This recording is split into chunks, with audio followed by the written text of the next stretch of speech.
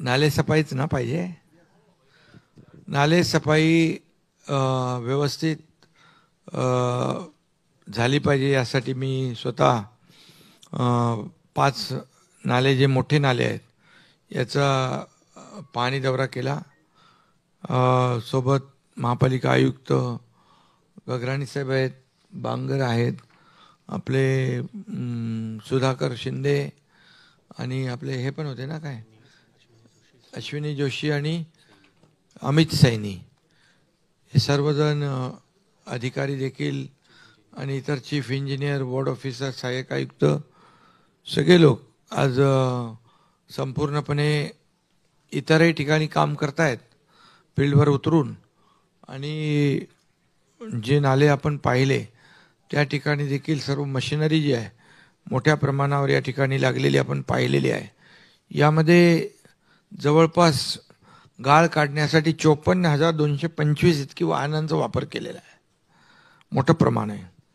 आणि जे पाणी साचतं हिंदमातामध्ये, मिलन सबवे, अंधेरी सबवेमध्ये 482 पंप लावलेले आहेत, सर्व ॲक्टिवेट आहेत. आणि कुठंही पाणी भरू नये आणि रहदारीला त्रास होऊ नये, लोकांना त्रास होऊ नये म्हणून या ठिकाणी ही सर्व तयारी केली आहे. त्याचबरोबर जेव्हा भरती असते तेव्हा समुद्र पाणी घेत नाही आणि मग त्यावेळेस देखील आपण मोठ्या प्रमाणावर पाणी रस्त्यावर थांबतं, वस्त्यांमध्ये जातं. त्यासाठी भूमिगत टाक्यांची व्यवस्था केलेली आहे. आणि मला वाटतं मागच्या वेळेस मी त्या टाक्यांची पाहणी केली. सेंट जेवियर मैदान जे आहे तिथं एक भूमिगत साठवणूक टाकी आहे. ते जवळपास आपल्याला त्याचा फायदा झाला. आणखी इतर ठिकाणी आपण भूमिगत टाक्या केलेल्या आहेत आणि त्याचा फायदा एक आहे, पंपाने त्या टाकीमध्ये पाणी सोडलं. किती कोटी लिटर असेल अंदाजे? 6-6.5 कोटी, 7 कोटी लिटरची साठवणूक क्षमता आहे. म्हणजे जेव्हा समुद्रात भरती येते पाणी जाणार कुठे, मग त्यावेळेस देखील हे पाणी 7 कोटी लिटरपर्यंत पाणी त्या टाक्यांमध्ये, साठवणूक टाक्यांमध्ये जमा होतं. आणि यामुळे मोठ्या प्रमाणावर गेल्या वर्षी रिलीफ मिळाला होता आणि त्यामुळे पाणी देखील पाऊस जास्त पडून पाणी साचण्याचे प्रकार कमी झाले होते. त्याचबरोबर हे जे काय आता आपण STP करतोय, आज आपण मिठी रिव्हर पाहिली, यामध्ये JK केमिकल नाला बघितला, ATI नाला बघितला आणि वांद्रे कुर्ला संकुल मिठी नदीचं पात्र पाहिलं, मजास नाला, जोगेश्वरी, दहिसर नदी, यांची एवढी पात्र मोठी आहेत की मोठे मोठे नद्या आहेत या. आणि आता लोक सांगत होते की पूर्वी इकडे लोक आंघोळ करायचे, गणपती विसर्जन करायचे. आज पिक्चरच्या कुठले बैजू बावराचं शूटिंग झालं असं मगाशी कोणतरी सांगितलं तिकडे. म्हणजे त्यावेळची परिस्थिती आणि आता हे सगळं सिवेजचं जे पाणी आहे त्याच्यामध्ये जाऊन हे सगळे नाले झालेले आहेत नदीचे. आणि म्हणून आम्ही निर्णय घेतला आहे की यामध्ये STP जे आता आपण 7 ठिकाणी STP करतोय. आता नॉन ट्रीटेड वॉटर समुद्रात जात होतं, आता जाणार नाही. पूर्ण ट्रीटमेंट झालेलं पाणी समुद्रात जाईल. त्यामुळे समुद्राचं देखील पाणी स्वच्छ राहील. आणि हे जे नाले आहेत हे नाले देखील पूर्ववत करण्याचा आमचा मानस आहे. मग ते चौपाटीसारखं वापर लोक करू शकतील आणि त्याला थोडा वेळ लागेल, परंतु ते युद्ध पातळीवर काम सुरू आहे. आम्ही 5 ठिकाणी शेड्यूलमध्ये होतो, 2 ठिकाणी अचानक नॉन शेड्यूलमध्ये पण आम्ही गेलो. तिथे जे लँडस्लाईड एरिया आहे तिथे तोही पाहिला. आणि लँडस्लाईड एरियाचं कालच काल घेतली ना आपण मीटिंग, परवाच्या दिवशी आम्ही बैठक घेतली. त्यामध्ये जे असे मुंबईतले स्पॉट आयडेंटिफाय केलेले आहेत की त्या ठिकाणी लँडस्लाईड होऊन लोकांची जीवितहानी, मालमत्तेची हानी होऊ शकते. आणि म्हणून आजच मी MMRDचे मुखर्जी यांच्याशी चर्चा केलेली आहे की अशा प्रकारचे जे लँडस्लाईड प्रोन एरिया आहेत तिथे लँडस्लाईड होऊ शकतं, हे आयडेंटिफाईड स्पॉट आहेत. तिथल्या लोकांना आपण पावसाळ्यात का होईना तातडीने त्यांना तिथून हलवायचं आणि MMRDची जी घरं आहेत त्याच्यामध्ये पर्यायी व्यवस्था करायची आणि तिथे जी लँडस्लाईड एरिया आहे तिथे आपल्याला सेफ्टी नेट लावून टाकायचं. मी पत्रकार परिषदेत अगोदर मुंबई महापालिकेच्या ऑफिसच्या व्हिजिटमध्ये सांगितलं होतं. त्याचं देखील काम आपण संबंधित यंत्रणांना सांगितलेलं आहे. त्यामुळे हे सगळे जे काही लँडस्लाईड एरिया आहेत हे प्रोटेक्ट होतील आणि ते दगड असतील, बोल्डर असतील, जो काही तिथला भाग असेल तो कोसळणार नाही, तो प्रोटेक्ट होईल त्या सेफ्टी नेटमुळे. तो एक विषय झाला. आणि जे लोक आहेत, लोक म्हणतात की आम्हाला येतात, नोटिसा देतात आणि म्हणतात तुम्ही खाली करा. आम्ही जायचं कुठं? मग त्यांची देखील आम्ही व्यवस्था यावर्षी केली आहे. MMRDच्या घरांमध्ये त्यांना आम्ही निवारा देण्याचा निर्णय घेतलेला आहे. त्यामुळे लोकांना वाऱ्यावर आम्ही सोडणार नाही ज्या ठिकाणी. पण लोकांनी देखील सहकार्य करण्याची आवश्यकता आहे, कारण शेवटी जीवापेक्षा काही दुसरं महत्त्वाचं नाही. त्यामुळे असे जे भाग आहेत की जिथे धोका आहे तिथं तिथल्या लोकांनी सहकार्य करावं आणि त्यांना शाळेवेळेत आम्ही ठेवणार नाही, शेडमध्ये नाही ठेवणार, तर डायरेक्ट पक्क्या घरामध्ये त्यांना ठेवणार आणि तिथे सेफ्टी नेटने पूर्ण प्रोटेक्ट आपण ते सगळं करू. त्याचबरोबर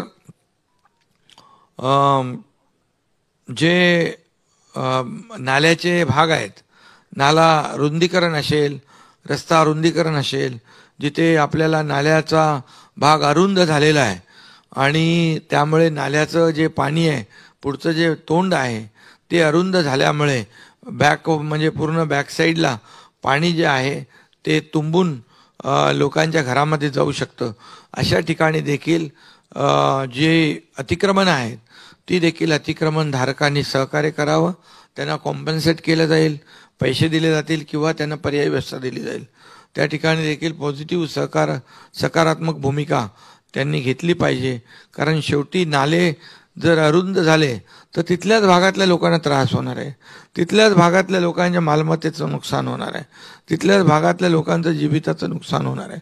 त्यामुळे महापालिकेला सहकार्य केलं पाहिजे आणि त्यांना कुणालाही वाऱ्यावर सोडणार नाही. त्यांनाही देखील आपण त्यांचा जो काही पर्यायी व्यवस्था असेल, जे काही त्यांना आर्थिक कॉम्पन्सेशन द्यायचं तेही देखील देण्याची तयारी महापालिकेची आहे. त्यामुळे हे सगळं जे आपण करतोय, या नाले सफाई जर व्यवस्थित झाली तर मोठ्या प्रमाणावर पाणी साचण्याचे प्रकार कमी होतील. आणि मी स्वतः पाहिलं आणि मी आयुक्तांना सांगितलेलं आहे की तुम्ही किती गाळ काढला, चिखल काढला, यापेक्षा हार्ड बेस लागेपर्यंत यांचं ठरलेलं काही असते गोष्टी. आतापर्यंतच्या अगोदरच्या सिस्टीममध्ये एवढा गाळ काढायचा, एवढा गाळ काढला की मग 100% गाळ काढला असं एक त्यांचं मूल्यमापन होत असतं. परंतु मी सांगितलंय गेल्या वर्षापासून की हार्ड बेस लागेपर्यंत तुम्ही गाळ काढण्याची आवश्यकता आहे. मग तो गाळ 10 मेट्रिक टन जास्ती असू शकतो. तर गेल्या वेळेस केल्यामुळे त्याचा फायदा झाला आणि आताही नाले सफाई जी आपण पाहतोय तिथे देखील काही ठिकाणी हार्ड बेस लागलेला पाहिला, काही ठिकाणी अजून लागलेला नाही. तिथं नाल्याचं काम, साफसफाईचं काम सुरू आहे. दुसरं ते जलपर्णी काढण्याचं देखील ती मशीन, आपली स्ट्रक्चर मशीन, ती एक काम करते आहे. तर एक सर्व बाजूंनी आपण काम करतोय. आपले फ्लड गेट जे आहेत ते देखील ॲक्टिवेट आहेत सगळे. आणि त्यामुळे यावेळेस नाले सफाईमध्ये काही मला वाटतं त्रास होणार नाही. आणि ज्यावेळेस अगदी जोरात पाऊस पडेल त्यावेळेस देखील महापालिकेला सांगितलेलं आहे, जिथे रेल्वे ट्रॅकमध्ये एक आपण डीप क्लीन ड्राईव्ह जसं घेतलं तसं रेल्वेसोबत आपण एक डीप क्लीन ड्राईव्ह या ठिकाणी घेण्याचा आपला विचार आहे, रेल्वेच्या अधिकाऱ्यांशी बोलून. किंवा तिकडे देखील हे पाणी साचण्याचे प्रमाण जे आहे आणि त्यांच्या हद्दीतले जे नाले आहेत ते देखील साफ केले जातील. एअरपोर्ट अथॉरिटी आहे, म्हाडा आहे, MMRD आहे, हे सर्व टीम म्हणून काम करेल. आणि हे जे काही मोठे मोठे नाले नदीसारखे आहेत, या ठिकाणी जेव्हा STPमध्ये जे ते ठिकठिकाणाहून पाणी जे येतं, सांडपाणी, त्याच्यामुळे हे सर्व पाणी दूषित झालेलं आहे. हे एक सिवर लाईन काढून डायरेक्ट STPमध्ये टाकलं तर हे सगळं जे पाणी आहे हे पूर्ववत होईल आणि तशा प्रकारचा प्लॅन आहे. आणि म्हणून मला वाटतं आणखी पावसाळ्यापूर्वी जी कामं, रस्त्यांची कामं आहेत, रस्त्यांची डागडुजी आहे, मास्टिकने रस्ते डागडुजी करण्याचा आमचा निर्णय झाला आहे. आणि ज्या रस्त्यांची कामं सुरू आहेत ती लेवलला आणून बाबा तिथे कुठेही पाणी साचणार नाही याचं ॲटग्रेडला काय म्हणतो तसंच ना तुमचं असतं ते लेवलला आणलं की मग सेफ लेवल केली की त्याचं नुकसान होणार नाही, पाणी तुंबणार नाही आणि त्यामुळे लोकांना त्रास होणार नाही आणि रस्त्यांना खड्डे नसतील अशा प्रकारचं नियोजन मुंबई महापालिकेने केलेलं आहे. पाऊस गेल्यानंतर तात्काळ आपलं पुन्हा कॉन्क्रीटचे रस्ते जे आहेत ते पुढच्या 2-2.5 वर्षामध्ये 100% कॉन्क्रीटचे होतील अशा प्रकारचं नियोजन आहे. म्हणजे पुढच्या 2-3 वर्षामध्ये म्हणजे खड्डेमुक्त मुंबई अशा प्रकारचं जे धोरण आपण घेतलेलं आहे आणि त्यामुळे नक्कीच या मुंबईमध्ये लोकांचा प्रवास सुखकर होईल. जिथे जिथे मेट्रोची कामं सुरू आहेत त्यांनाही सूचना दिलेल्या आहेत. MMRDA, म्हाडा, रेल्वे या सर्व यंत्रणा ज्या आहेत या यंत्रणा एक सर्व टीम म्हणून काम करत आहेत. मला वाटतं एवढं सगळं नीट आपण केलं तर पाणी साचण्याचे प्रकार होणार नाहीत. आणि फील्डवर जसं आयुक्त आणि त्यांची टीम फील्डवर फिरते, फील्डवर फिरल्यामुळे आपल्याला ॲक्च्युअल काय परिस्थिती आहे माहीत पडते आणि मग तिथे आपल्याला ऑन द स्पॉट डिसिजन घेणं शक्य होतं. आणि म्हणून अधिकाऱ्यांना देखील सूचना केलेल्या आहेत की आपापल्या भागामध्ये कुठेही पाणी साचणार नाही. नाले सफाई राहिली असेल कुठे छोटे मोठे नाले, काही आता छोटे नाले राहिलेले आहेत, मोठे नाले काही आहेत, प्रायव्हेट मोठ्या संकुलांच्या आतमध्ये नाले आहेत ते देखील नाले आपण शेवटी त्याचा त्रास मुंबईकरांना होणार आहे. तिथे देखील आपल्या JCB पोकलेन घालून ते सफाई केली पाहिजे. आणि अधिकाऱ्यांनी पूर्णपणे हे मान्सूनचं जे आपलं सगळा जो काही कालावधी आहे यामध्ये फील्डवर राहून काम केलं पाहिजे. आणि मी नेहमी सांगतो चांगले अधिकारी काम करतात त्यामुळे पाणी साचत नाही, परंतु हे सगळ्यांनी पाळलं पाहिजे. जिकडे पाणी साचेल मात्र त्या ठिकाणी काम चांगलं झालं नाही अशा प्रकारचा समज करून मग तिथे कारवाई देखील करायला शासन मागे पुढे बघणार नाही. त्यामुळे सगळे लोक काम करतायत आणि आज नाले सफाईचं काम सुरू आहे आणि लवकरच ते 100% पूर्ण होईल अशा प्रकारची अपेक्षा या ठिकाणी मी व्यक्त करतो. आणि महापालिकेला देखील सर्व अधिकाऱ्यांना असं आपलं 0 कॅज्युअल्टी मिशन आपण एक आपलं मिशन आहे. कुठेही जीवितहानी होऊ नये पावसामुळे अशासाठी आपला प्रयत्न आहे आणि त्यामध्ये देखील शासनाचं सहकार्य आपल्याला मिळेल, डिझास्टर मॅनेजमेंटचं सहकार्य मिळेल. कालच्या बैठकीमध्ये परवाच्या सर्वजण होते, army, navy, air force, NDRF, SDRF सगळी टीम होती आणि त्यांनी सांगितलेलं आहे की कुठेही कधीही काही आवश्यकता लागली तर आम्ही आपल्या मदतीला एकदम अलर्ट आहोत. त्यामुळे मुंबई महापालिका अलर्ट आहे. त्याचबरोबर रेल्वेचे जेव्हा ट्रॅकमध्ये पाणी भरून रेल्वे बंद होते त्यावेळेस मग आपल्या बेस्टला सांगून तिथे सर्व गाड्यांची व्यवस्था करून त्यांच्या चहा पाण्याची व्यवस्था करून तिथे त्यांना ताबडतोब आपापल्या घरी ठिकाणावर सोडण्याचा निर्णय देखील आपण मागच्या वर्षी घेतला. त्याचा देखील फायदा लोकांना झालेला आहे आणि म्हणून कुठेही नागरिकांची, मुंबईकरांची गैरसोय होऊ नये यासाठी आपला हा सगळा प्रयत्न आहे.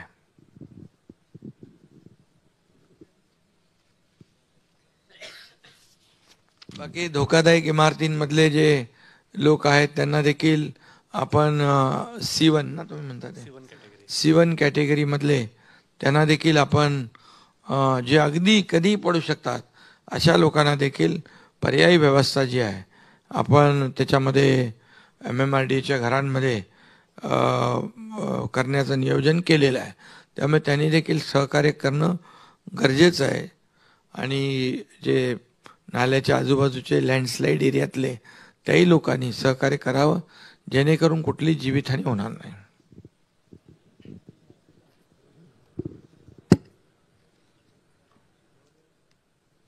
झालं ना?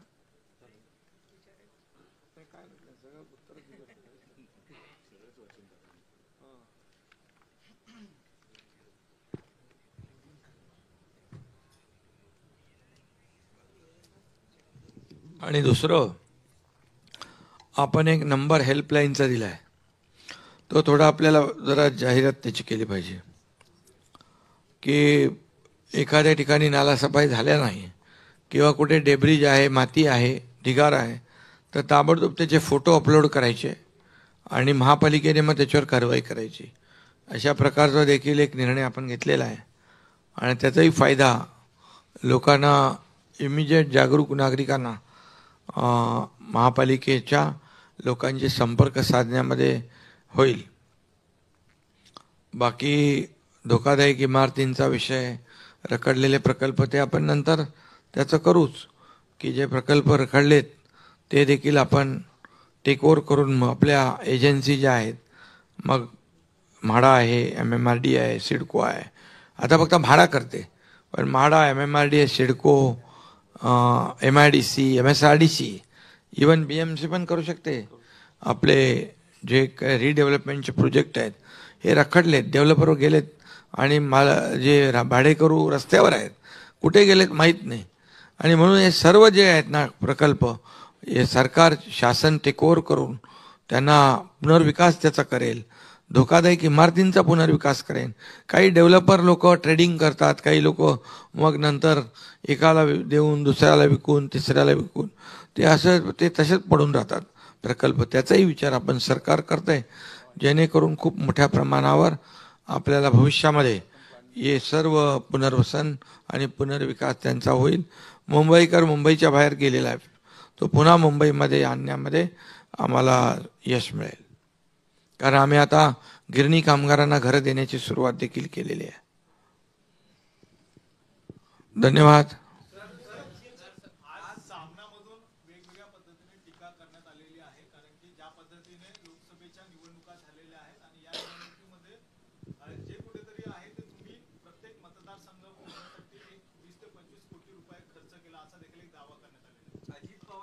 फोडण्यासाठी मतदार संघ फोडायचा काय कर?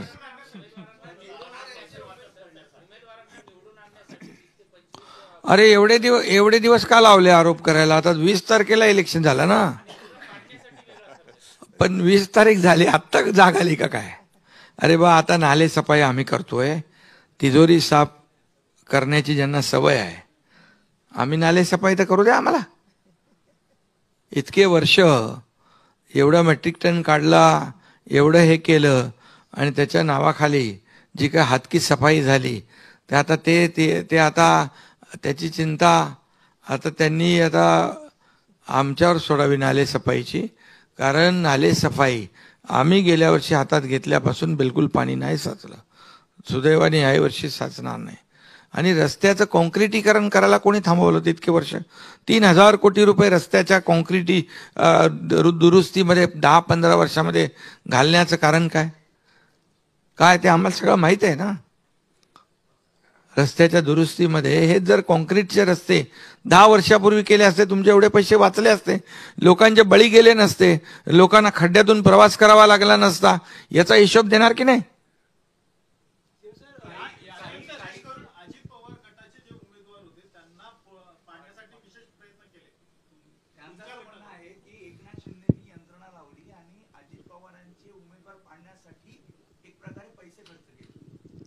हा जावई शोध कोणी लावला? अरे, आमची महायुती आहे आणि तुम्हाला सांगतो, महायुती मजबूतीने काम करते. निवडणुकांचा रिझल्ट 4 तारखेला येईल, तेव्हा कळेल सगळ्यांना, दूध का दूध, पाणी का पाणी.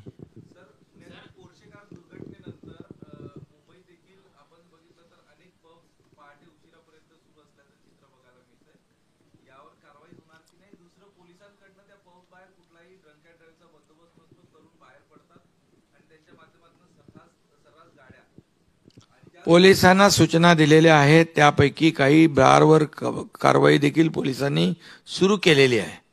अनधिकृत पब, अनधिकृत बार अगदी वेळेपेक्षा जास्ती काळ सुरू असतील तर त्यांच्यावर पोलीस कठोर कारवाई करतील, कुणालाही सोडणार नाहीत. कायद्यासमोर सगळे समान आहेत. तो श्रीमंत असू दे गरीब असू दे. आणि पुण्याचं आपण म्हणालात, मी स्वतः पोलीस आयुक्तांशी बोललोय, कुठल्याही परिस्थितीमध्ये जे जे कोणी दोषी असतील एकालाही सोडायचं नाही. कारण जे 2 मुलांचा मृत्यू झालाय ते पण कोणाच्या तरी आई वडिलांचे मुलगा आणि मुलगी आहे ना. त्यामुळे असं कोणाला लायसन दिलेलं नाही मुलांना मारण्याचं, ऍक्सिडेंट करायचं. त्यामुळे जिथं कोणी दोषी असेल त्याला बिलकुल सोडणार नाही, त्या कठोर कारवाई होईल.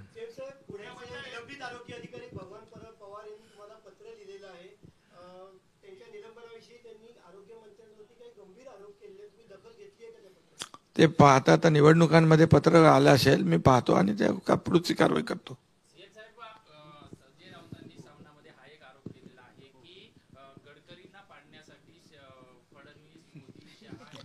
अरे बाबा, तुम्ही ते बोला ना, आमच्या ताई बोलतील त्याच्यावर. ठीक. अरे आता नाले सफाईवरून विधान परिषदला कुठे गेले? अरे बाबा, सगळा फॉर्म्युला होईल जसा लोकसभेचा झाला तसं होईल ना फॉर्म्युला. तुम्हाला कळवू आम्ही, बिलकुल कळवू. धन्यवाद.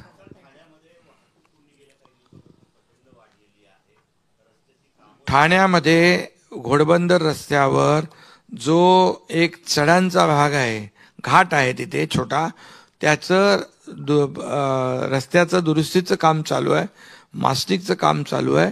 त्यामुळे थोडी ट्रॅफिक होईल, पण ते जर रस्त्याचं काम कंप्लीट झाल्यानंतर बिलकुल सगळे ट्रॅफिक स्मूथ होईल.